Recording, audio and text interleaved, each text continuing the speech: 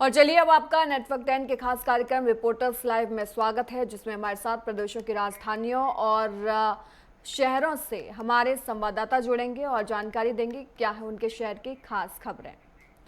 और इसी पर अधिक जानकारी के लिए हमारे साथ उपेंद्र सिंह राणा देहरादून से जुड़ गए हैं। वही हमारे साथ ईशा ठाकुर चंडीगढ़ से जुड़ गई हैं। उपेंद्र, आपके पास आते हुए अगर उत्तराखंड की बात करूं तो क्या बड़ी खबरें आज की हैं?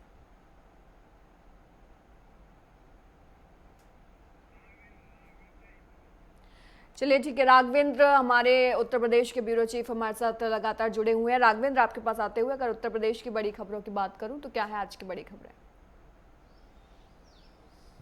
बिल्कुल भारतीय, अगर उत्तर प्रदेश की खबरों की बात करें तो आज 4 दिन बाद मुख्यमंत्री योगी आदित्यनाथ लखनऊ में हैं और सुबह उन्होंने अपने सूचना विभाग की बैठक की थी। उसके बाद दिन का जो समय है वो जनप्रतिनिधियों से और जनता से मिलने के लिए आरक्षित किया गया है। शाम को 6 बजे वो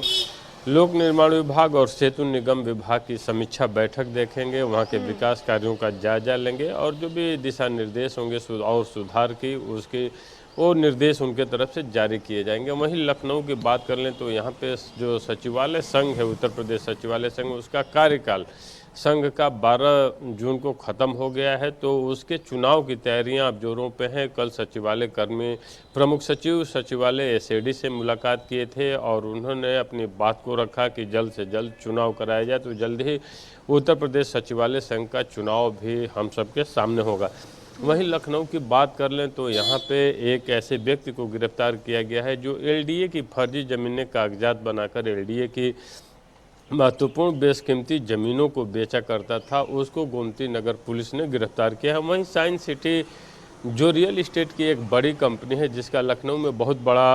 कारोबार उद्योग है, उसके फर्जीवाड़े को लेकर चूँकि अनगिनत एफआईआर उस साइंस सिटी के डायरेक्टर के ऊपर किए गए हैं, उसके ऊपर 53 लाख की उसकी संपत्तियों को अटैच करने का काम उत्तर प्रदेश शासन द्वारा किया गया है। वहीं हम बात कर लें अंसल एपीआई की, तो उसके ऊपर ज़मीनों की खरीद फरोख्त को लेकर तमाम उपभोक्ताओं ने एफआईआर दर्ज कराए थे। उसके जांच की जो एक एसआईटी बनी हुई थी, जो जांच चल रही है, वो प्रक्रिया काफ़ी तेज़ी से आगे बढ़ती हुई दिखाई दे रही है और कल फिर अंसल एपीआई पे एक एफआईआर दर्ज की गई। वहीं हम बात कर लें लखनऊ की, तो लखनऊ में 2 ऐसे व्यक्तियों को गिरफ्तार किया गया है जो निजी अस्पतालों से मिली भगत के माध्यम से फर्जी आयुष्मान कार्ड बनाते थे और लाखों की ठगी करते थे। तो एक तरह से कहा जा सकता है कि यहाँ पे हो रहे फर्जीवाड़े और आम उपभोक्ताओं की परेशानियों को देखते हुए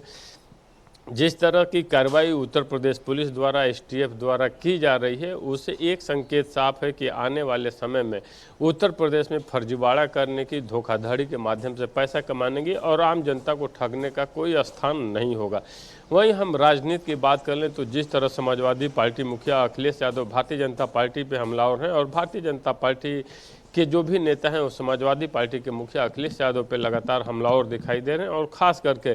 जिस तरह से ऑपरेशन सिंदूर चला उसमें सीज फायर की बातें सामने आई और जिस तरह से डोनाल्ड ट्रंप ने पहले ही एक्स पे पोस्ट कर दिया कि हमने मध्यस्थता कराई, व्यापार करने के लिए कराई, हमारी वार्ता चल रही है, हम भारत पाकिस्तान दोनों में व्यापार करना चाहते हैं, इसको लेकर अखिलेश यादव लगातार हमलावर हैं। और कल जैसे मुनीर की मुलाकात व्हाइट हाउस में डोनाल्ड ट्रंप से हुई और डोनाल्ड ट्रंप ने जिस तरह से अपने वक्तव्य जारी किए कि मैं सम्मानित महसूस कर रहा हूं और इन्होंने जिस तरह से डोनाल्ड ट्रंप के लिए नोबेल शांति पुरस्कारों की एक तरह से मांग कर दी कि डोनाल्ड ट्रंप को नोबेल शांति पुरस्कार दिया जाए, इसको लेकर भी उत्तर प्रदेश की राजनीति में एक तरह से सरगर्मियां बढ़ गई हैं और जो भी मुख्य विपक्षी पार्टियां हैं वो भारतीय जनता पार्टी पे या मोदी पे हमलावर हो गई हैं कि इसका खंडन क्यों नहीं आ रहा है पीएम मोदी की तरफ से। कांग्रेस भी इस पर काफ़ी हमलावर दिखाई दे रही है। वहीं हम क्षेत्रीय दलों की बात कर लें तो जिस तरह से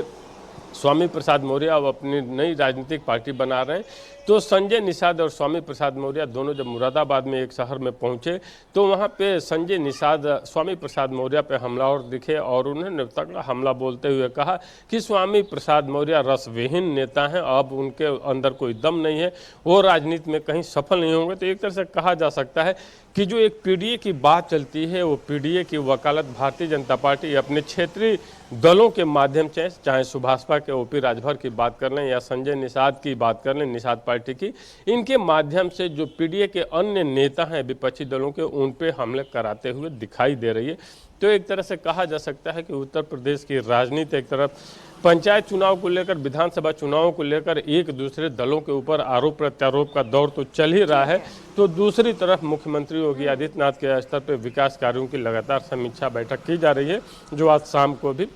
प्रस्तावित है। जी ठीक है, आपके पास वापस लौटूंगी राघवेंद्र। तमाम बड़ी खबरों से आपने रूबरू कराया। ईशा, आपके पास आते हुए अगर मैं हरियाणा और चंडीगढ़ की बात करूं, हरियाणा और पंजाब की बात करूं, तो क्या है आज के बड़े अपडेट? देखिए, पंजाब के लिहाज से अगर बात करें तो आज की सबसे बड़ी खबर है कि लुधियाना पश्चिमी विधानसभा उपचुनाव को लेकर मतदान सुबह 7 बजे से लगातार जारी है। शाम 6 बजे तक मतदान होना है और 14 प्रत्याशी चुनाव मैदान में हैं, लेकिन मुख्य मुकाबला अगर देखा जाए तो कांग्रेस और आम आदमी पार्टी के बीच में है। लुधियाना पश्चिमी विधानसभा उपचुनाव पर नजरें इसलिए टिकी है और ये चर्चा का केंद्र इसलिए भी बना क्योंकि देखिए, यहाँ पर आम आदमी पार्टी ने उम्मीदवार संजीव अरोड़ा को बनाया है, जो कि राज्यसभा सांसद है आम आदमी पार्टी के पंजाब से।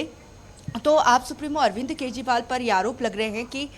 केजरीवाल पंजाब से राज्यसभा जाना चाहते हैं। अगर केजरीवाल, क्योंकि लगातार अब केजरीवाल को घेरा जा रहा है, अगर अरविंद केजरीवाल यहाँ से राज्यसभा नहीं जाते हैं तो वो अपने करीबी को यहाँ से भेज सकते हैं, या तो वो मनीष सिसोदिया जिन्हें पंजाब ने आम आदमी पार्टी का प्रभारी बनाया है, उन्हें यहाँ से राज्यसभा भेजा जा सकता है अगर आम आदमी पार्टी ये सीट निकाल लेती है। 23 जून को नतीजे आने हैं तो ही पता चल पाएगा कि आखिरकार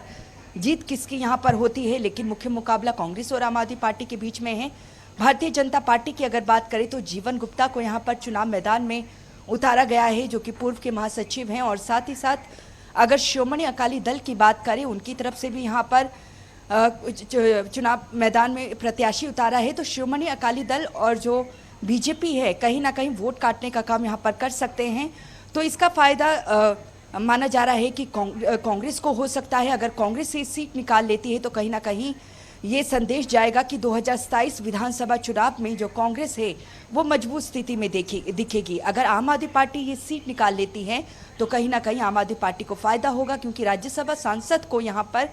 चुनाव मैदान में उतारा गया है विधानसभा उपचुनाव में, और राज्यसभा की जो सीट खाली होगी वहां से आप सुप्रीमो अरविंद केजरीवाल या फिर अपने करीबी को वो वहां पर भेज सकते हैं राज्यसभा में, क्योंकि आम आदमी पार्टी की देखिए स्थिति इस वक्त बहुत ज़्यादा खराब है। दिल्ली और पंजाब में सत्ता में थी आम आदमी पार्टी, दिल्ली से बाहर हो चुकी है। अब पंजाब में विधानसभा चुनाव 2027 में होने हैं, लेकिन उससे पहले किस तरीके से अपनी राजनीति को चमकाया जाए उसकी पुरजोर कोशिश यहाँ पर अरविंद केजरीवाल कर रहे हैं। दूसरी बड़ी खबर की अगर बात करें, देखिए पंजाब बीजेपी के प्रभारी रहे हैं विजय रूपाणी, जो कि गुजरात के पूर्व मुख्यमंत्री भी रहे हैं। जिस तरीके से उनकी मृत्यु हुई है अहमदाबाद जो प्लेन क्रैश हुआ उसमें, आज हरियाणा के मुख्यमंत्री नायब सिंह सैनी थोड़ी ही देर में अहमदाबाद के लिए रवाना हो रहे हैं। करीब 2:30 बजे वो गांधीनगर में विजय रूपाणी जी के परिवार से मुलाकात करेंगे और उन्हें ढांढस बधाने का काम भी करेंगे, क्योंकि लगातार नायब सिंह सैनी की बात करें तो वह पंजाब का दौरा करते नजर आ रहे थे और प्रचार प्रसार भी उनकी तरफ से किया जा रहा था। विजय रूपाणी जो प्रभारी हैं पंजाब बीजेपी के, लुधियाना पश्चिमी विधानसभा उपचुनाव में वो भी प्रचार कर रहे थे। तो मुख्यमंत्री हरियाणा आज पहुंच रहे हैं गांधीनगर, वहां पर ढांढस बंधाने का काम करेंगे। तीसरी बड़ी खबर की अगर बात करें तो जिस तरीके से एक दिन बाद अंतर्राष्ट्रीय योग दिवस मनाया जाना है, देश भर में योग को लेकर तैयारियां जोरों पर हैं। हरियाणा के लिहाज से अगर बात करें तो कुरुक्षेत्र में, धर्मनगरी कुरुक्षेत्र में योग इस बार किया जाएगा। राज्य स्तरीय जो कार्यक्रम, बड़ा कार्यक्रम होगा वो कुरुक्षेत्र में होगा और योग गुरु बाबा रामदेव वहां पर योगा आसन करते हुए नजर आएंगे और मुख्यमंत्री नायब सिंह सैनी भी। लेकिन इसे किस तरीके से भव्य बनाया जाए, रिकॉर्ड कायम किया जाए, इसकी पूरी कोशिश की जा रही है और यही वजह है कि आज पूरे प्रदेश भर में अभ्यास किया जा रहा है योग का। जी ठीक है, हमारे साथ देखिए देहरादून से उपेंद्र भी जुड़ गए हैं और अजहर हुसैन हमारे साथ श्रीनगर से जुड़ गए हैं। आप दोनों के पास आऊंगे, लेकिन उससे पहले एक छोटा सा सवाल राघवेंद्र आपसे। योग दिवस को लेकर लगातार तैयारियां जो है उत्तर प्रदेश में भी चल रही हैं और एक बार फिर से देखिए बड़े स्तर पर यहाँ पर योग दिवस की तैयारियां जो है पूरे देश में चल रही हैं, लेकिन उत्तर प्रदेश में क्या कुछ खास तैयारियां चल रही हैं उसके बारे में थोड़ा सा अपडेट आप दीजिए। बिल्कुल भारतीय, उत्तर प्रदेश चूंकि सूबे का सबसे बड़ा राज्य है तो इसलिए यहाँ की तैयारियां बेहद खास हो जाती हैं और इसी को ध्यान पर रखते हुए उत्तर प्रदेश सरकार की तरफ से जितने भी मंत्री हैं उनकी ड्यूटी जो भी उनके जिले सौंपे गए हैं वहाँ पे लगा दिए। यहाँ के जितने भी कैबिनेट मंत्री हैं या राज्य मंत्री हैं, सभी की ड्यूटी अन्य जनपदों में योग दिवस को ध्यान में रखते हुए लगा दिया गया है। मुख्यमंत्री योगी आदित्यनाथ गोरखपुर में योग दिवस में शामिल होंगे, तो ब्रजेश पाठक लखनऊ में योग दिवस में शामिल होंगे, वहीं उप मुख्यमंत्री केशव प्रसाद मौर्य प्रयागराज में शामिल होंगे, तो जयवीर सिंह इटावा और मैनपुरी की तरफ शामिल होंगे, तो वहीं धर्मपाल सिंह जो मिनिस्टर हैं वो मेरठ में शामिल होंगे, और सूर्य प्रताप शाही जो कृषि मंत्री हैं वो अयोध्या में योग दिवस के अवसर पे योग कार्यक्रम में शामिल होंगे। तो प्रदेश में तैयारियां पूरी तरह से कर ली गई हैं, तैयारियां जो बची हुई हैं वो चल भी रही हैं लगभग, और उत्तर प्रदेश के राज्यपाल लखनऊ में और ब्रजेश पाठक की सहभागिता के माध्यम से यहाँ पे भी योग दिवस का कार्यक्रम खास होगा। और चूंकि मुख्यमंत्री योगी आदित्यनाथ को 2 जगह कार्यक्रम देखना रहेगा, गोरखपुर और लखनऊ, तो ये तैयारियां और बेहद खास हो जाती हैं। और जिस तरह से कहा जा सकता है कि 2014 के बाद से पीएम मोदी के आने के बाद जिस तरह से योग को बढ़ावा दिया गया, आयुर्वेद को बढ़ावा दिया गया, होम्योपैथ को बढ़ावा दिया गया, एक तरह से संदेश साफ है कि हमारी जो खोई हुई विरासत थी, चाहे वो आयुर्वेद की हो या योग की हो, उसको पुनर्जीवित करने का काम राज्य सरकार की योगी सरकार और केंद्र की मोदी सरकार द्वारा किया गया। और इसी के मद्देनजर इस बार जी ठीक है राघवेंद्र, तमाम जानकारी के लिए बहुत बहुत धन्यवाद आपका। और उपेंद्र, आपके पास आना चाहूंगी। अगर उत्तराखंड की बड़ी खबरों की मैं बात करूं तो क्या है आज के बड़े अपडेट?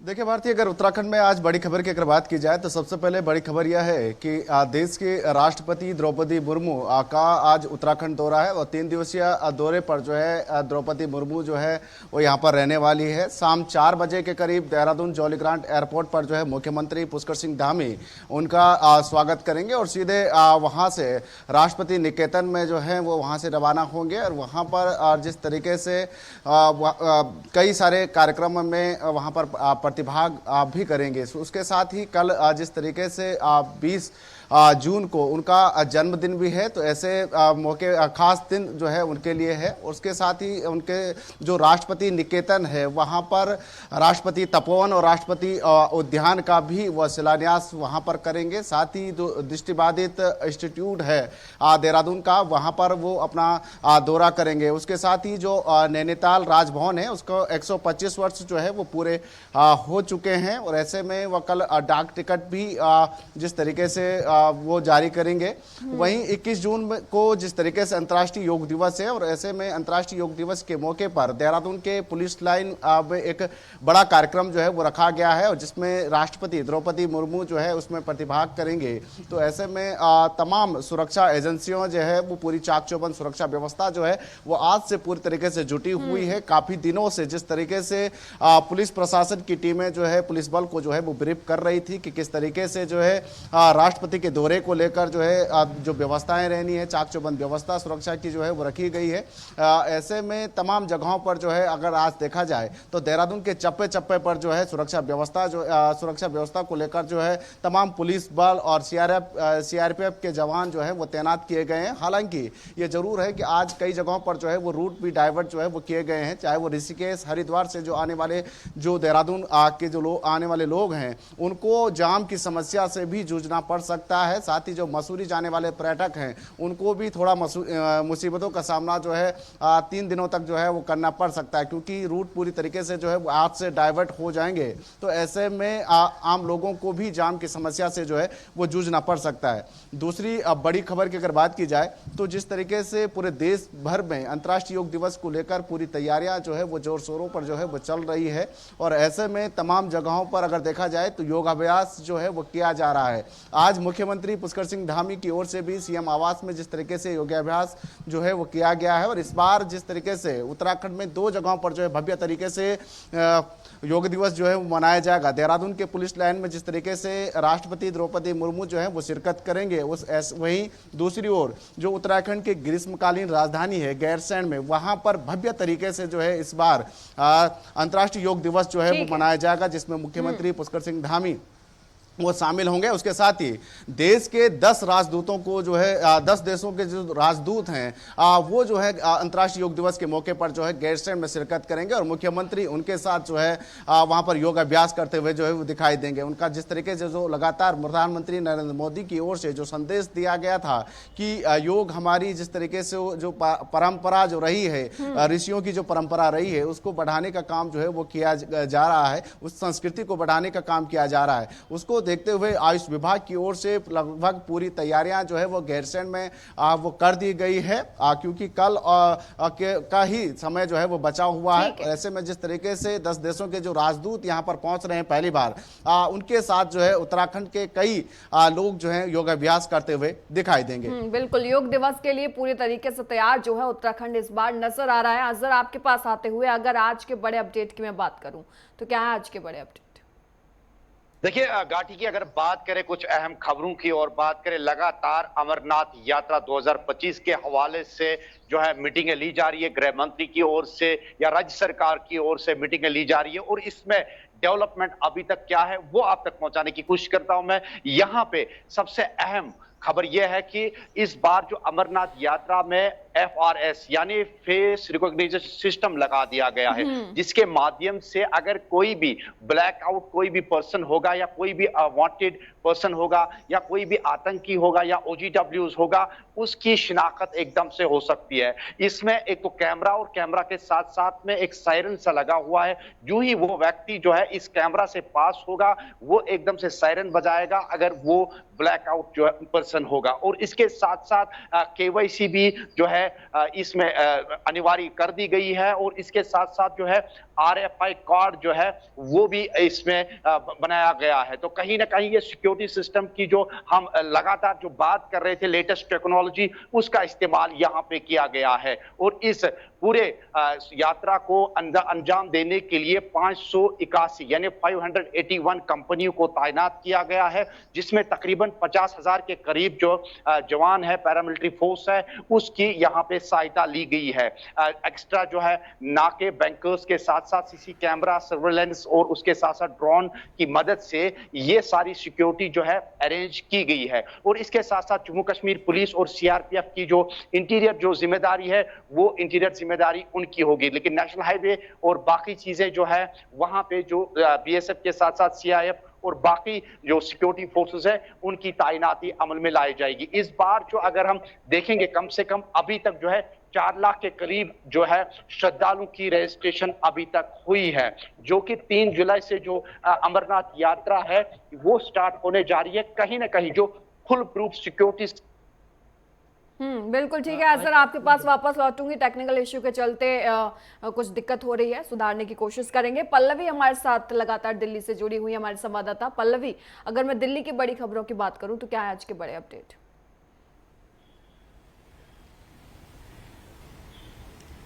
जी भारती, अगर बात करते चले दिल्ली की बड़ी खबरों को तो आज 11 बजे CM रेखा LG के साथ बैठक करेंगे और उसमें स्वास्थ्य मंत्री पंकज सिंह भी मौजूद रहने वाले हैं और स्वास्थ्य की सेवाओं को किस प्रकार से सुधारा जाए इस पे बात विमर्श हो सकती है, क्योंकि अभी आरोग्य मंदिर खुले हैं और